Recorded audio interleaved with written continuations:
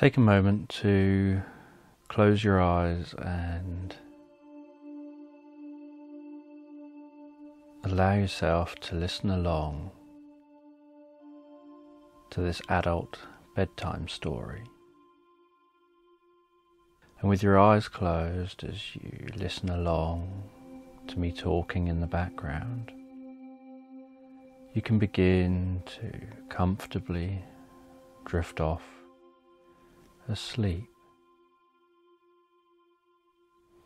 And as you comfortably drift off asleep, so my voice can go with you. And as my voice goes with you, I don't know whether relaxation will begin to spread from the head down or the feet up, or perhaps it'll start somewhere else in your body, maybe in the hands or the arms, or the chest or the stomach. Maybe the relaxation will radiate out or flow through you. And as you drift asleep, just have a sense of a prince in a palace. And this prince has a generally easy life. And he's just chilling out in the palace, in front of a roaring fire. And out the palace windows he can see snow, he can see a blizzard. And there's a breeze that gets into the palace, that goes down the corridors. So he stays in this room, in front of that roaring log fire, with a high ceiling, books all around the walls, beautiful rugs on the floor, flickering lights at the walls. And as he relaxes this evening in front of this fire, his mind wanders and drifts into a daydream, into a reverie, with that crackling sound in the fire and the flickering lights, the way it bounces and dances on the walls. And then after a few moments, he hears a thud at the door, followed by a second and a third thud. And then the latch goes and the door heavily swings open and creaks. "Sir, sir," the man who's burst in says, "there's a dragon terrorizing the land. You'll have to come quick, for only a prince can defeat a dragon." So the prince jumps up, dashes through the room, out the door. Echoing footsteps heard as he runs down the corridor, and gets changed and gets his armour on, picks up his heavy sword, and runs out of the palace. And from the top of the steps outside the front of the palace, he can see off in the distance over to the village, over to the land that's owned by his parents. He can see a dragon through the snow, diving down, breathing fire on the town, before flying up, spinning round, diving back down, breathing fire again. The prince runs and jumps on his horse, gallops down towards the gate, out of the gate, and starts galloping along the mud road towards the town.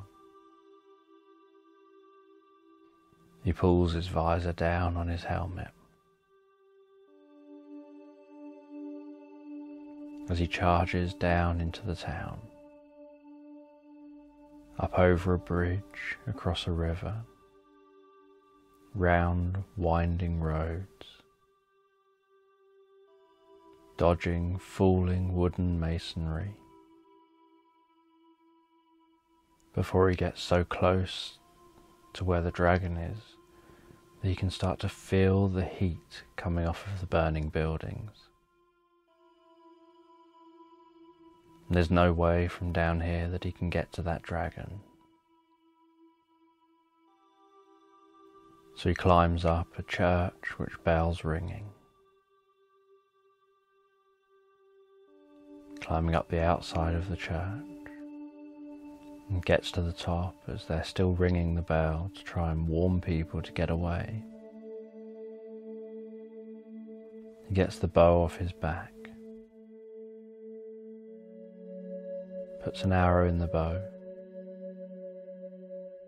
draws the bow back, tilts the bow at an angle. He can feel the shaking tension in his arm as he holds that bow drawn. He tracks the dragon, and then tracks slightly in front of the dragon with the bow.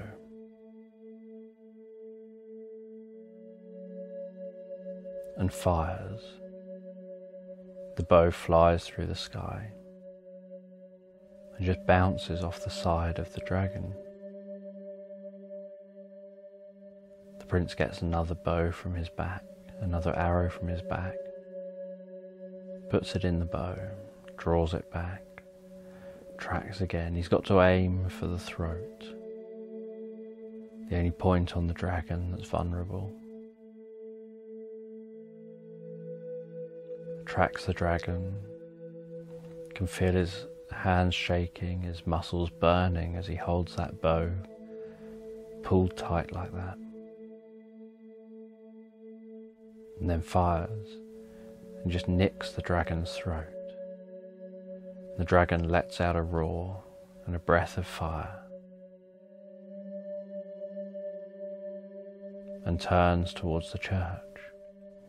It swoops down towards the church. The prince swings around into the bell tower, jumps up into the bell, holding on to the centre of the bell. As the dragon breathes fire straight onto the church, straight across the bell tower, and the wooden structure catches fire and starts to burn. And the bell begins to get warm, and as the dragon passes over, he drops out of the bell tower, drops out from underneath the bell, and starts running down the stairs to get out of the burning tower. And the bell starts collapsing above him, and he can see it falling through the wood, crashing floor to floor above him as he sprints down and he rushes down, desperate to make it out of the tower and out to see where the dragon's gone. He reaches the bottom and has to dive out the way just as the bell crashes down where he was moments ago. And he rolls and runs out of the church and sees the dragon flying off over towards the woods, over towards the forest. So he runs back to his horse, jumps on his horse, and gallops off towards the forest, galloping and rushing towards the forest, horses' hooves thundering along the mud path, and then into the forest. aware of rustling leaves, aware of the feeling of the wind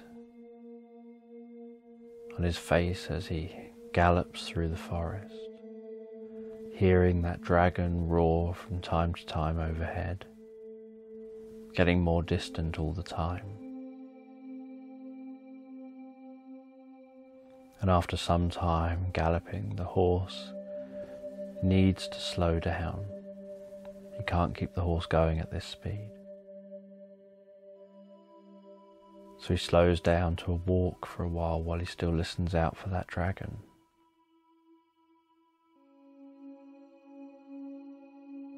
And as he's walking on his horse through the forest, so he can hear sounds of the forest, hear rustling leaves, see the way that the light dances through the leaves and the branches. You can smell the smell of the deep forest, hear animals and birds, and the sound of running water in the river which comes from the nearby mountains. And he follows the distant roar of that dragon and the faint swoosh sound of the wings. And he finds his way out the far side of the forest, at the foot of the mountains. And he sees up the mountain there's a cave. And he can hear the sound of the dragon in that cave and the rumble of the mountain. So he leaves his horse, dismounts, and on foot he starts climbing the mountain. Easy going at first, and then it gets steeper and more jagged, and he has to climb some vertical areas. And you can feel his muscles burning with effort as he focuses on climbing to that dragon. When he gets above the tree line, he can see the forest below. As he approaches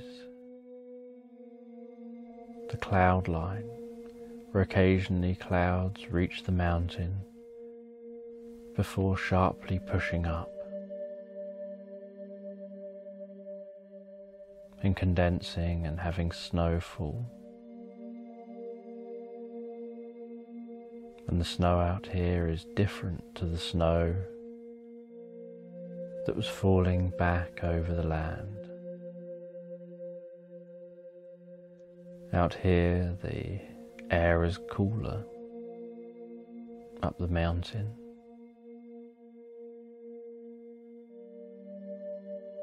And the flakes feel sharper and land faster. And the prince climbs through the cloud layer, continuing up towards that cave,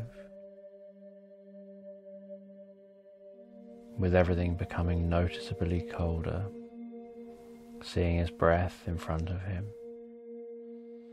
feeling that cool air with each in-breath through the nostrils, being very aware of the weight of his armor. And the prince reaches the entrance to the cave.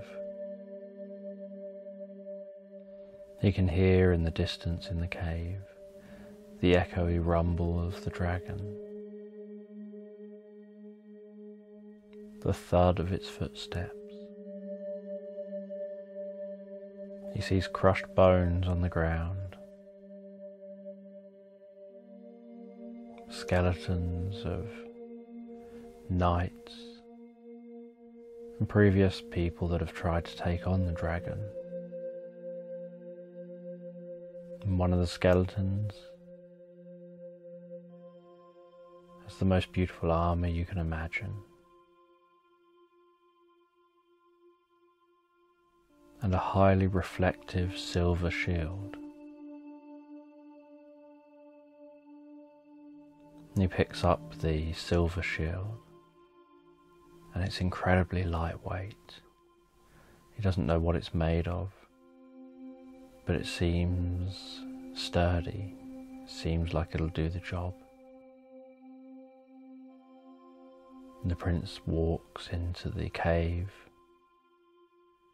noticing very quickly how his footsteps begin to echo as he goes from the entrance just a short few steps inside.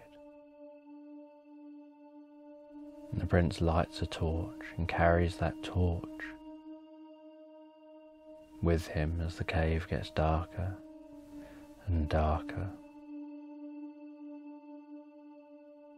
And he quietly walks deeper and deeper into the cave.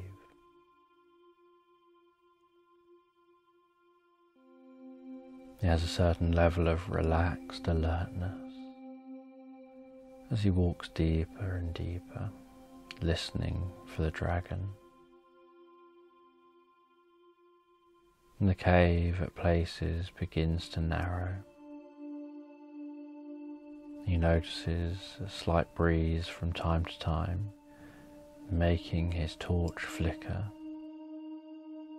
and dance, and noticing the dancing light on the walls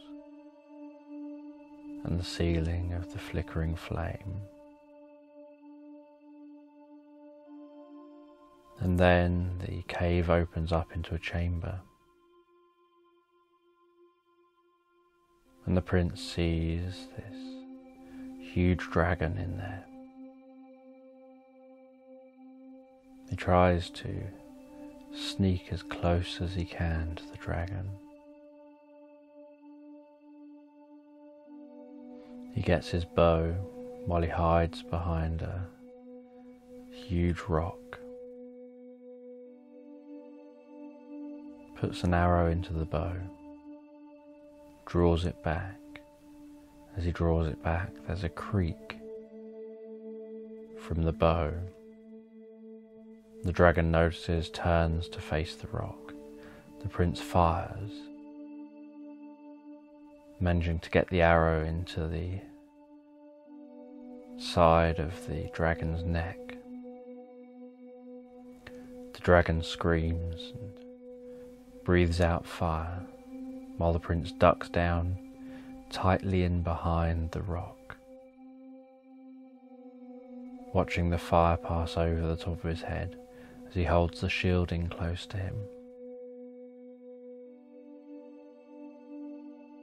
He then hears the dragon run and thud, coming towards him. So he runs from behind the rock, climbs up onto some rocks around the side of the cave, around the side of this chamber, and jumps up and runs and manages to get above the height of the dragon. The dragon lunges up and bites at him, managing to dislodge a few rocks from under the prince's feet. The prince manages to hang on and stay in place. The dragon can't fly because there's no room for him to take off in here. So he leaps up, biting at the prince, trying to get the prince. And then his throat turns red as he breathes fire, ready to breathe out over the prince. The prince ducks down behind his silver shield as the dragon breathes fire and the shield glows red. And the front of the shield becomes white hot, while the back of the shield is barely warm at all, and he can see the fire beating around the side of the shield. He then jumps down in front of the dragon. The dragon takes a swipe at him, he blocks it with his sword and gets thrust across the ground. The dragon then tries to stamp on him. He sticks his sword upright and the dragon's foot lands on the sword, giving him just a moment's time to roll out from under the foot as the sword gets cracked and broken and bent. The prince runs around and climbs up high on the other side of the cave, jumps down onto the dragon's back, grabs one of his arrows from behind him, clings onto the dragon's neck, with his legs around the neck,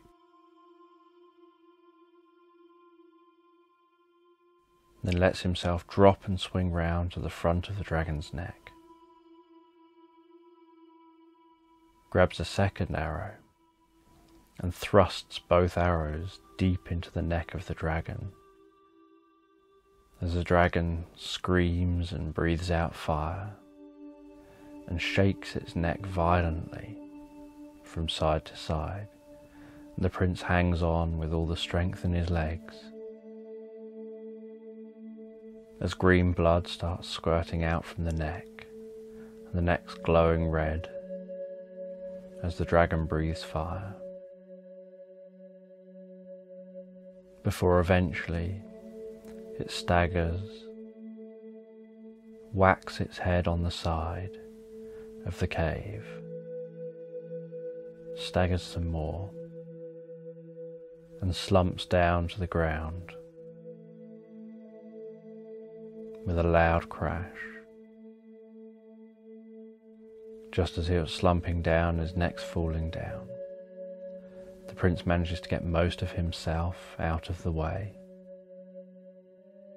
It lands across his leg and he has to just shuffle, and he struggles and he uses his other leg to try and push on the neck, to try and pull his leg out.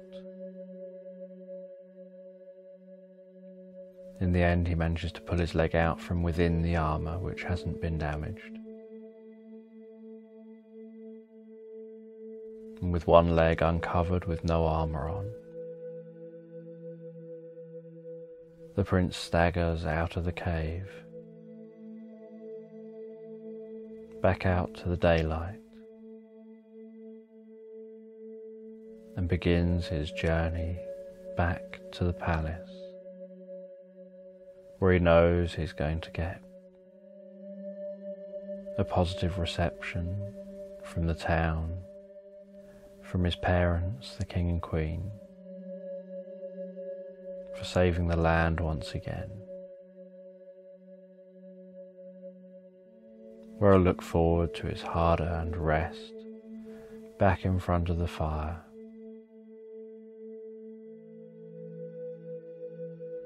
and so he continues his journey back to the palace on his horse, just trotting along, getting some well-earned relaxation, looking forward to getting a good night's sleep. As you drift comfortably and deeply asleep, now all night long, sleeping soundly all night long.